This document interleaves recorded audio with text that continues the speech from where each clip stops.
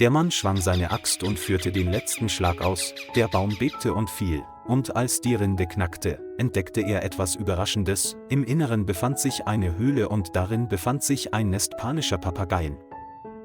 Ihre Mutter flog davon, als der Baum umfiel, und ließ ihre Jungvögel zurück, deren Federn sich noch nicht vollständig entwickelt hatten. Er setzte sich hin und betrachtete sie lange, voller Schuldgefühle, weil er ihr einziges Zuhause zerstört hatte. Er konnte es nicht übers Herz bringen, die Vögel allein zu lassen, also hob er sie vorsichtig auf, legte sie in einen Korb und brachte sie nach Hause. Die Papageien waren zu jung, um sich selbst zu ernähren, also fütterte er sie geduldig tropfenweise mit warmer Milch, indem er ihnen eine kleine Spritze verwendete. Sie waren so durstig, dass sie ständig die Milchgänge berührten und einander anpickten, um möglichst schnell trinken zu können, als hätten sie Angst, nicht mithalten zu können. Als er diese Szene betrachtete, empfand er Trauer und Mitleid und sagte sich, dass er gut auf sie aufpassen müsse.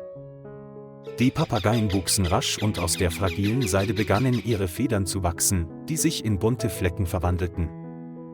Er reservierte eine Ecke des Hauses für den Bau eines Nests für sie, sodass jedes Tier einen warmen Platz zum Schlafen hatte. Jeden Abend vor dem Schlafengehen geht er zu jeder Gruppe, um jedem Kind eine gute Nacht zu wünschen. Obwohl die Papageien ausgewachsen sind und selbst nach ihrem Futter picken können, füttert er sie immer noch gern Stück für Stück mit der Hand und beobachtet dabei, wie sie fröhlich und entzückt mit den Flügeln schlagen. Sie waren keine namenlosen Papageien mehr, sondern jeder hatte einen Namen und eine Persönlichkeit, die ihm im Laufe der Zeit des Zusammenlebens allmählich bewusst wurde. Tagsüber zwitscherten und flogen Papageien um das Haus herum, klammerten sich an seine Schultern und sangen laut.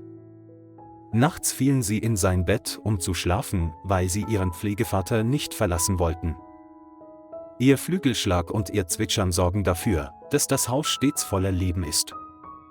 Aber er verstand, dass sie Vögel des Himmels waren und nicht für immer in einem engen Haus bleiben konnten. Er begann, ihnen drinnen das Fliegen beizubringen, wobei er jedes einzelne geduldig behandelte. Zunächst kurze Flüge und dann nach und nach führte er sie an die frische Luft, um sie an den Wind zu gewöhnen. Als er schließlich merkte, dass die Papageien stark genug waren, brachten er und seine Frau sie in einen großen Wald. Eine Windböe wehte, der erste Papagei schlug mit den Flügeln, kreiste und schoss dann in den blauen Himmel empor. Die übrigen Vögel schauten zu und flogen dann einer nach dem anderen davon, zwitschernd, als wollten sie sich verabschieden. Er hob den Kopf und beobachtete den Schwarm kleiner Papageien, der nun durch die Luft flog. Keine Trennung, sondern ein Neuanfang.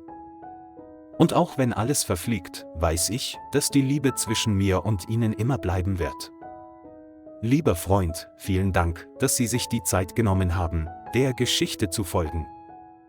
Vergessen Sie nicht, den Kanal zu liken und zu abonnieren, um uns zu unterstützen.